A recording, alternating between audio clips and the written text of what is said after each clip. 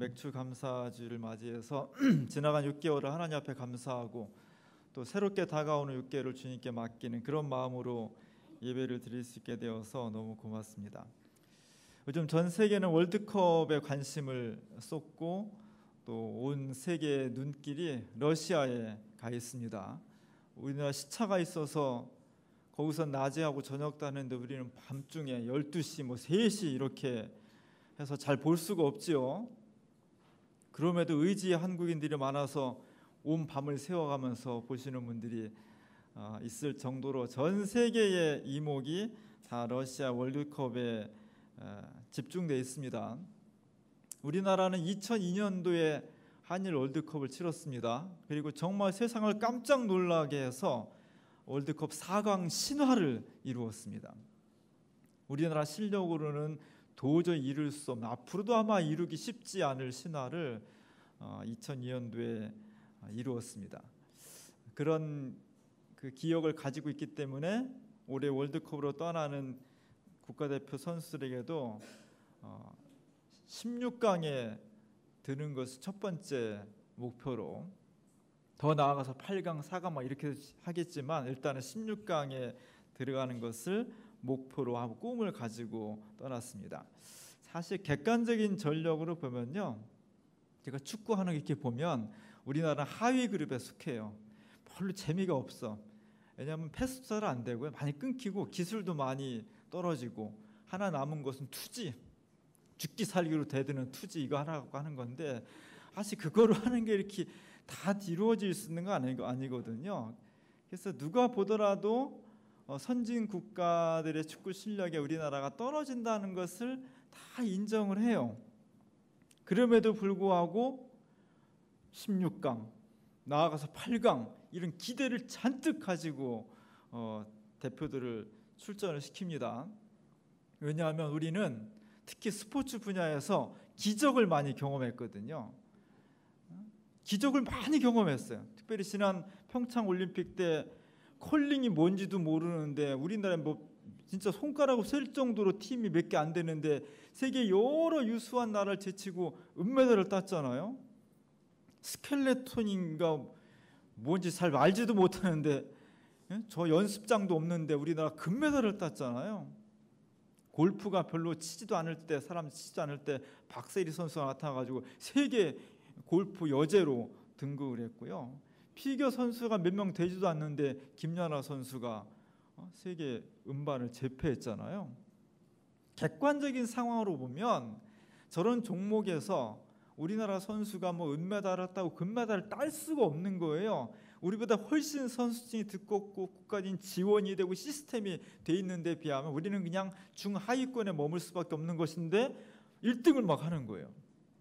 여자 양궁 이런 거는 벌써 오래전부터 세계를 제패하고 있잖아요. 이렇게 여러 곳에서 우리나라 사람들이 이미 기적을 많이 맛보았기 때문에 축구도 기적을 일으켜 주기를 기대하고 있고 어찌 보면 압력을 가하는 거예요. 그래서 객관적인 전력으로 보면 우리가 이길 팀이 별로 없습니다, 사실은. 근데 항상 스포츠 경기는 공이 둥근 것처럼 아무도 알 수가 없는 거죠. 그래서 경기는 정말 모르는 거예요.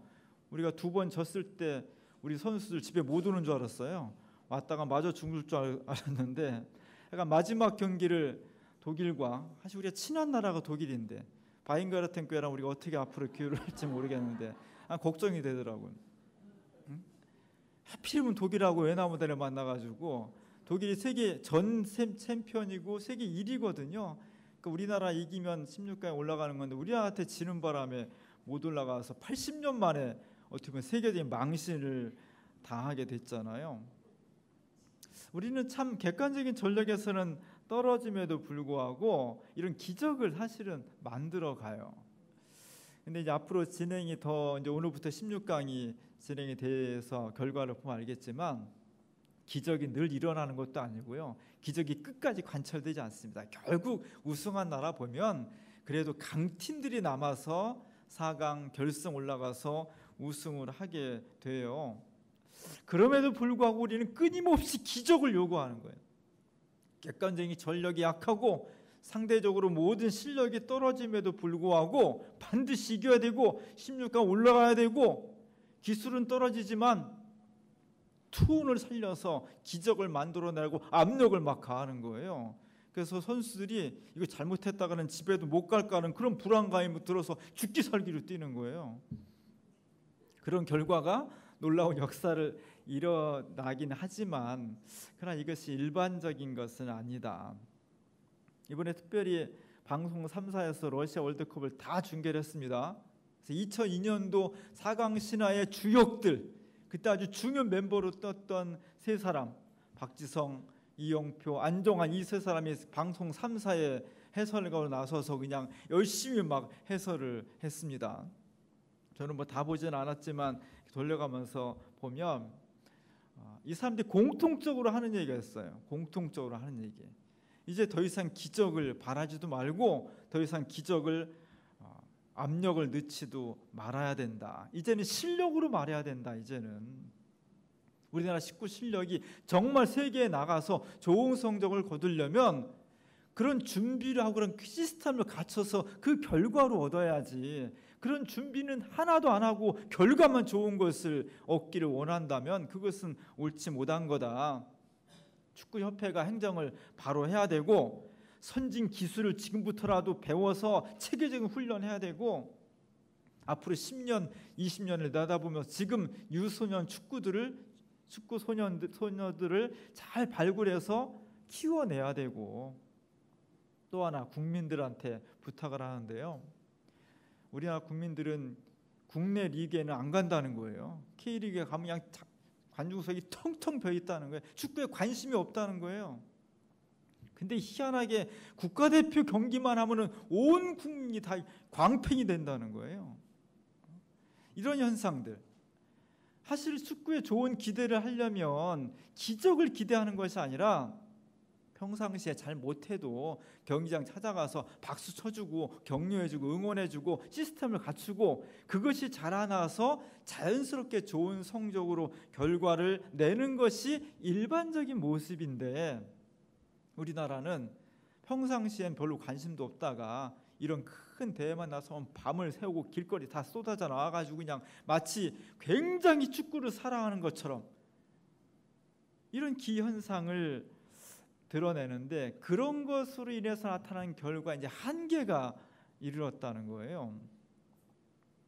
더 이상 기적을 기대하지도 말고 더 이상 기적을 압력을 넣지도 말라는 거예요.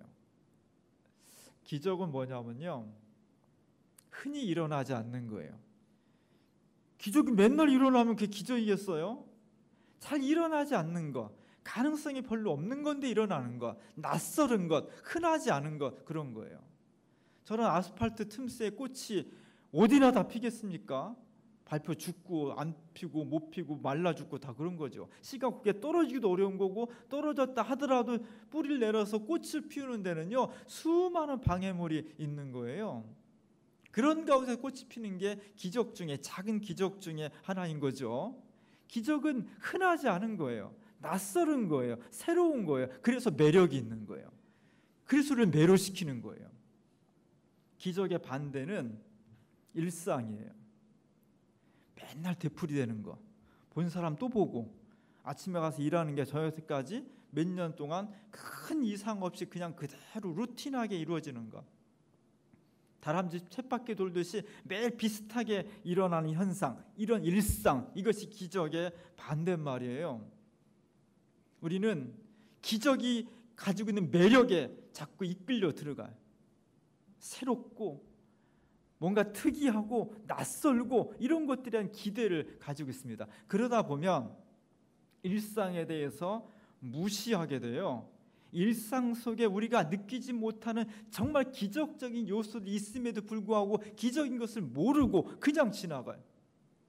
그리고는 낯선 것만 자꾸 추구하게 되고 기대하게 되고 그것을 지향하는 그런 삶을 이루게 돼요. 그래서 예수님 당시에도 예수님이 한탄하십니다. 이 시대가 표적만 구하는구나. 뭔가 신기한 거, 놀라운 거, 낯설은 거 이런 것만 구하는구나. 그런 건 옳지 않아. 이렇게 예수님께서 한탄하시는 그런 장면이 있습니다. 오늘 본문도 비슷한 이야기가 이루어져 있는 거예요. 그 당시 2000년 전에 이스라엘 사회에서 최고의 관심사는 하나님 나라였습니다. 하나님 나라가 이 땅에 임할 것인데 그 나라는 정말 새로운 나라, 우리가 경험해보지 못한 나라, 이 우리가 인생을 살아가는데 개인의 삶이나 역사적인 문제나 지지고 볶고 힘들고 한탄하고 뭐 이런 것들을 일거에 그냥 한 번에 뒤집어 엎을 수 있는, 새롭게 만들 수 있는 그 놀라운 나라, 그 나라를 통칭해서 하나님 나라라고 했어요. 그 하나님 나라를 사람들이 다 궁금증을 가지고 있었습니다. 대체 언제 오실까? 그래서 오늘 바리새인들이 예수님을 찾아와서 물어보는 거예요. 예수님, 하나님 나라는 언제 임하실까요? 이렇게 물어보는 겁니다. 여러분이 아시는 것처럼 예수님과 바리새파는 만나기만 하면 싸우는 관계예요. 특히 바리새파 사람들은 예수님 요만큼 허점이라도 나타나면 그걸 공격하고 막 물어뜯고 망신을 주려고 하고 막 공경에 처하게 하고 예수님의 권위를 무너뜨리려고 막 그런 사람들이에요. 그런 사람들이 얼마나 궁금했으면 이 문제가, 그렇게 미워하는 예수님한테 물어보는 거예요. 예수님, 하나님 나라가 언제 올까요? 이렇게 물어볼 정도로 하나님 나라가 이 땅에 임한다는 것, 그 시대 전체의 뜨거운 관심사였던 겁니다. 이 물음은 단지 바리새인들만의 그런 그 궁금증이 아니었고 아마 예수님 제자들도 이 문제에서 궁금증이 많았을 거예요. 예수님 잘 말씀 안 해주시고 하나님 나라가 임하면 이제까지 그 맨날 일상적으로 돌아가는 그 힘들고 어렵고 재미없고 지루한 이런 일상들을 한 번에 막 뒤집어 엎을 수 있는 뭔가 매력적이고 새롭고 막 획기적인 그런 사건이 일어난 그 나라가 언제 올까? 나도 궁금해. 궁금한데 막 물어보지 못하고 있는데 저 바리새인들이 물어주니 이 제자들도 그냥 귀가 쫑긋해가지고 들었겠죠. 예수님 어떻게 대답하실까? 오늘 그런 바리새파와 그 시대 전체의 궁금증에 대해서 대답한 예수님의 말씀이 오늘 본문이에요. 오늘 20절과 21절에 보면은 예수님께서 이렇게 대답했습니다. 다 같이 한번 읽어보겠습니다. 하나님의 나라는 볼 수 있게 임하는 것이 아니요 또 여기 있으나 저기 있다 고도 못하리니 하나님의 나라는 너희 안에 있느니라. 제가 잘 안 보여가지고 하나님의 나라는 볼 수 있게 임하는 것이 아니다. 여기 있다 저기 있다 내일 온다 언제 온다, 옛날에 1992년도 10월 달에 온다 뭐 이런 얘기가 많았잖아요. 지금도 몇 년 뒤에 온다 이렇게 말할 수 있는 것이 아니라는 거예요. 하나님의 나라는 어디 있다고요? 너희 안에 있다. 여러분 안에 있는 겁니다. 이거는 사실 바리새파 사람들이나 예수님 주변의 제자들이 전혀 예상하지 못한 그런 대답이었어요. 그리고 뭔가 싱거운 대답이에요. 하나님의 나라는 언제 오실 거야 이렇게 딱 말해야 그걸 놓고서 막 기다리고 준비하고 막 그 마음에 애타는 마음을 하는데 예수님께서 이미 하나님의 나라는 새롭게 뭔가 뒤집어지 그런 게 오는 것이 아니라 너희들 가운데 있어. 이미 와 있어. 와 있긴 뭐가 와 있어요? 이 사람들이 기대하는 것은 지금 내 인생이 근본적으로 변화되고 이 식민지 상황, 경제, 질병, 고통 뭐 이런 것들을 한 번에 뒤집을 수 있는 그런 새로운 나라에 대한 기적을 간절히 기다리고 있는데 예수님의 오늘 대답은 하나님의 나라는 그렇게 오는 것이 아니라 아침에 눈 뜨고 밥 먹고 또 일 가고 자식 때문에 고민하고 몸 아플까 봐 두렵고 경제적인 문제로 막 분쟁하고 상처 주고 말로 상처 받고 뭐 이런 자질구레한 사소한 그것 때문에 힘들고 어려운 이 일상 속에 하나님의 나라가 이미 와 있고 시작되었다는 거예요. 이 대답이 굉장히 실망스러웠던 겁니다. 우리의 궁금증 중에 하나가 왜 유다가 예수님을 배신했을까? 물론 뭐 성경에는 은 30냥에 예수님을 팔아먹었다고 하지만 유다의 지도력과 그의 삶과 의식을 보면 돈 몇 푼에 예수님을 팔 사람은 아니에요. 성경에 이렇게 표현되어 있지만 여러 학자들의 의견은 아마 유다도 하나님의 나라에 대한 어떤 대단한 기대, 대단한 기적, 그것을 불러일으킬 주인공으로 예수님을 기대하고 있었는데 오늘같이 이런 대답, 야, 하나님의 나라는 그렇게 뭐 내가 와가지고 뭘 뒤집고 뭐 정치 권력을 새롭게 바꿔내고 우리가 전혀 경험하지 못한 새로운 기적적으로 임하는 그런 것이 아니야. 하나님의 나라는 오늘 우리 가운데 이미 있는 거야. 이렇게 좀 맥 빠진, 잔뜩 기대를 했는데 김 빠진 이런 대답 속에서 유다가 어느 순간 실망한 것이 아닐까. 그래서 그 기대가 배신으로 변한 것이 아닐까, 뭐 이런 해석들을 많이 하고 있습니다. 하나님의 나라는 어떤 곳이냐? 기적적인 새 나라가 아니라 지금 우리들 속에 들어와 있다는 것, 우리의 일상 속에 매일 반복되는 별로 새로울 것 없는, 별로 기대할 것 없는 것 같은 이런 일상 속에 하나님의 나라의 놀라우신 역사가 들어와 있고 시작되었다는 것, 이게 대단히 중요한 거예요. 기독교 신앙은 이것입니다. 한쪽에 기독교 신앙은 끊임없이 일상과 새로운 하나님 나라와 하나님의 신비와 우리의 인생을 자꾸 분리시켜서 별다른 것으로 해석하려고 하는데 그렇지 않다는 거예요. 그것이 때로 우리가 실망스럽기도 하고, 뭐 그럼 일상이 뭐가 중요해, 이렇게 재미없기도 하지만, 매력이 없기도 하지만, 예수님의 복음은 명확한 것입니다. 하나님의 나라는 이 땅 위에서 우리의 삶 속에서, 우리 역사 속에서 새롭게 움터오는 것이고, 기적이라고 하는 것은 우리의 일상 속에 이미 하나님의 뜻으로 깃들어 있다는 것을 어떻게 우리가 깨달을 수 있냐 하는 것이 중요하다는 거예요. 오늘 우리가 맥주 감사주의를 맞이하고 있습니다. 감사, 뭔 감사를 할 수 있을까요? 지난 6개월을 돌아볼 때, 우리의 인생과 교회 역사를 돌아볼 때 뭘 감사를 할 수 있을까? 오늘 제가 주부에 은총이라는 그림을 실었습니다. 로다 나이버그라는 사람이 그린 은총이라는 그림인데, 지금부터 한 7, 80년 전에 그렸겠죠. 많이 본 그림이죠. 뭐 이발소나 이런 데 가면 많이 저기 있어요. 흔한 그림이에요. 저 그림은 1918년도에 미국의 미네소타라는 주에 조그만 탄광촌, 보베이라는 탄광촌에서 그려진 그림이에요. 사실 저 그림은 그 어느 작은 사진관에 사진사가 있는데 어떤 할아버지가 들어왔다는 거예요. 그래서 그 사람을 그린 겁니다. 저분을 보면 누군지 모르지만 단촐한 식사를 앞에 놓고 있죠. 빵 한 덩어리, 맛도 별로 없어 보이는 딱딱한 빵 한 덩어리, 거기에 뭐 스프하고 뭐 다른 밑반찬 먹을 것도 없잖아요. 빵 한 덩어리, 숲인데 숲도 별로 맛있어 보이지 않는 싸구려 숲, 거기다 뭐 책 한 권 있고 안경 하나 놓고, 그걸 놓고서 저 노인이 손을 모으고 기도하는데 정말 간절하게 기도하는 거예요. 정말 감사하게. 우리는 식기도를 1초면 하는데 저 할아버지 막 1분, 2분 좀 정말 감사하게 여기에 넣어있는 이 빵 한 덩어리, 이 스프 하나가 너무너무나 감사하다는 것을 굳이 말하지 않아도 우리가 느낄 수 있을 정도로 간절한 그런 마음으로 감사의 기도를 하고 있는 거예요. 저 그림은 1918년도에 그 사진관에 어떤 할아버지가 오셔서 그를 사진 찍은 것을 나중에 그린 건데, 이 이야기가 이렇게 확산이 돼서 좀 과장되게 퍼졌습니다. 특별히 부흥사 목사님들이나 뭐 설교적 기차 사보면 이렇게 얘기가 나와요. 그 사진관에 어떤 할아버지가, 남루한 할아버지가, 머리가 허옇고 수염이 덥수룩한 할아버지가 그 구두 이렇게 닦는, 그런 구두 털 닦는 그런 것을 싸구려를 팔러 왔다는 거예요.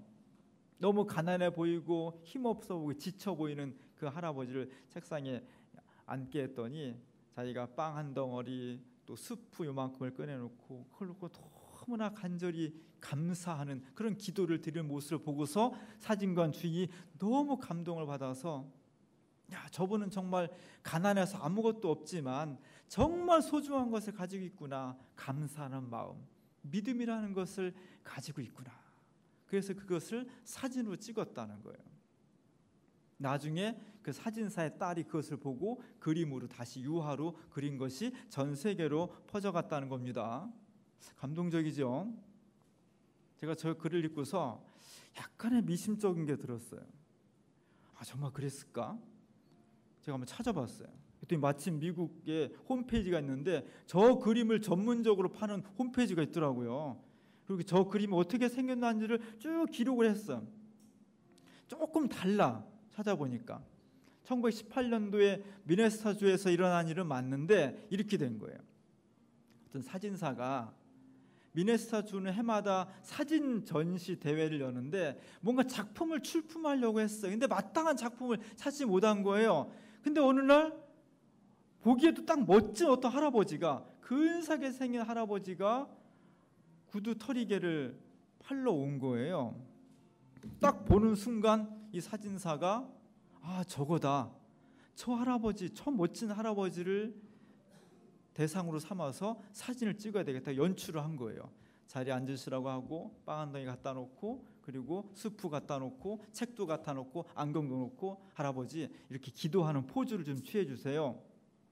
그랬더니 그 할아버지가 정말 간절히 기도하는, 그러니까 이 할아버지는 평상시에 기도를 간절히 하는 분이겠죠. 그러니까 자연스럽게 나온 거예요. 정말 자연스럽고 간절히 기도하는 모습을 멋지게 포즈를 취해줬다는 거예요. 그것을 사진을 찍었는데 그 모습을 본 많은 사람들이 감동을 받았고, 나중에 이 사진사의 딸이 그 사진을 보고 감동을 받아서 자기가 유화로 그린 것이 미네소타 주의 주 그림이, 주에서 선정한 그림이 되었고, 이 사진은 또 1등을 하게 됐고 전 세계적으로 많이 팔려나가게 됐다는 겁니다.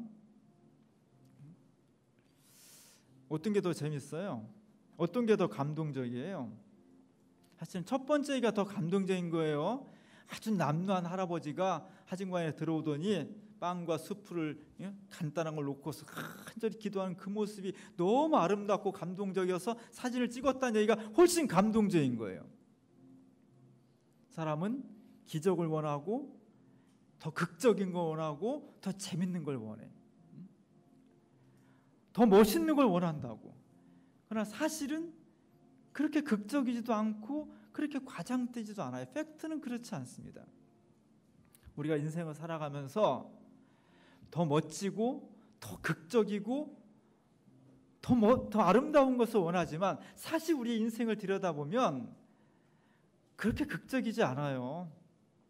아침 일어나면요, 그냥 아침이고 밥 먹고 출근하는 거고, 또 오늘 뭔 일 있나 그냥 어찌 하다 보면 점심때 되고요, 후딱후딱 지나가다 보면 저녁 되고 퇴근하는 거고, 이런 일상이 반복된다고.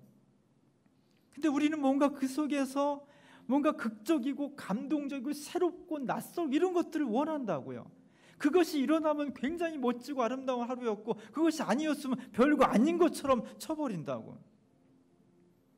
그러나 우리가 돌이켜보면 별거 아닌 것처럼 보이는 날마다 되풀이되는 이 일상 속에 하나님께서 놀라운 기적과 은총을 베풀으셨다는 것을 발견해내야 돼요. 지난 6개월 동안 어떻게 사셨습니까? 정말 시간이 빨리 지나가죠. 정말 2018년도 1월 1일 날 시작한 지 얼마 안 된 것 같아요. 벌써 6개월이 지나간 거예요. 시간이 빠르다 뭐 이런 거 얘기하는 순간 우리 다 늙어버리는 거예요. 늙는 게 우리. 근데 진짜 빨리 지나갔습니다. 돌이켜보면 뭐 대단한 개인적인 사건에 뭐 놀라운 기적은 별로 없어요. 물론 역사적으로 남북 정상회담이 있었고 북미 정상회담이 있었고 전쟁 날 것 같은 사회가 평화의 무드로 바뀐 놀라운 기적이 있었지만, 내 개인으로 보면 뭐 엄청난 위험의 사고에서 구사일생으로 살아났다든지, 뭐 말기암 판정을 받았다가 기적적으로 그냥 치유가 됐다, 뭐 이런 거 별로 없이 그냥 하루하루 지내온 거잖아요. 기적이 없었고 극적이 별로 없었습니다. 그래서 별로 기적을 추구하는 우리들에게 감동이 별로 없는 거예요. 그냥 6개월이 지나갔네 이러고 마는 거예요. 그러나 가만히 우리의 지나온 6개월을 하루하루 되새겨보면 아무것도 아닌 것 같은 일상 속에 하나님의 놀라우신 보호하심과 기적이 있었던 거예요. 우리가 알지 못하지만 집 밖에만 나가면 얼마나 많은 위험들이, 얼마나 많은 교통사고가, 얼마나 많은 묻지마 폭행이, 얼마나 많은 전혀 생각지도 않은 아파트에서 그냥 물건 던져서 맞는 사람도 있고요. 우리가 알지 못하지만 수많은 위험과 질병과 죽음의 순간들이 우리 곁을 아슬아슬하게 지나간 거예요. 그런 거 다 요리조리 다 피하고 막고 지금 우리가 6개월 동안 이런 모습으로 큰 문제 없이 살아온 겁니다. 그것이 기적이에요. 오늘 저 만종의 두 부부가 돈을 많이 벌고 수확을 엄청나게 해서 저렇게 경건하게 하나님 앞에 감사 기도 드리는 것이 아니라 그냥 하루를 살아왔다는 것. 오늘도 가난하고 힘들었지만 그래도 내 일상 속에 주님의 손길이 있다는 것을 느꼈기 때문에 저 황혼의 벌판에서 두 손을 모으고 부부가 경건하게 기도를 할 수 있는 거예요. 오늘 우리 시대가 특별한 것을 구합니다. 기적적인 것을 구합니다. 그러다 보니까 일상적인 것에서는 감사할 모멘트가 없는 거예요. 감사할 조건이 없는 거예요. 성숙한 신앙은 우리 자신을 가만히 돌아볼 때 특별한 것이 없었다 할지라도 그저 하루하루 살아가는 것 속에 그것이 당연하고 자연스럽게 이루어진 것이 아니라 그 속에 하나님의 인도하심과 보호하심과 은총이 있다는 것을 발견해내는 것. 그래서 그 속에서 하나님 정말 고맙습니다. 이것 자체가 기적이었고 하나님의 사랑이었습니다 라고 고백할 수 있을 때 오늘 주님께서 원하시는 하나님의 나라가 언제 오느냐? 이미 너희들 속에 이미 있다. 하나님의 나라는 저 우주 속에서 무슨 행성이 다가오듯이 그렇게 오는 것이 아니라 먹고 숨쉬고 일하고 사랑하고 다투고 다시 화해하고 상처받고 다시 싸매고 이런 일상적인 삶 속에서 하나님의 거룩하신 나라가 임한다는 이 주님의 말씀이 우리 속에서 이루어지는 겁니다. 지난 6개월을 돌아보면서 나는 별로 뚜렷한 사건이 없었네. 그게 은총이에요. 그게 기적이에요. 그리고 다가오는 6개월도 하나님께서 내 삶 속에 함께 하셔서 위험으로부터 피할 수 있게 해주시고 죽음의 그런 습격으로부터 우리를 보호해 주시고 일상적인 삶 속에서 하나님이 나와 함께 하시는 것을 느끼고 고백하는 삶을 살아갈 때 우리의 후반기도 아름다워질 수가 있는 것입니다. 이 놀라운 은총, 기적의 일상화, 감사의 일상, 지나간 반년 속에 이 신앙을 고백하며 앞으로 후반기를 이 믿음으로 맞이하는 우리 모두가 될 수 있기를 주님의 이름으로 간절히 축원합니다.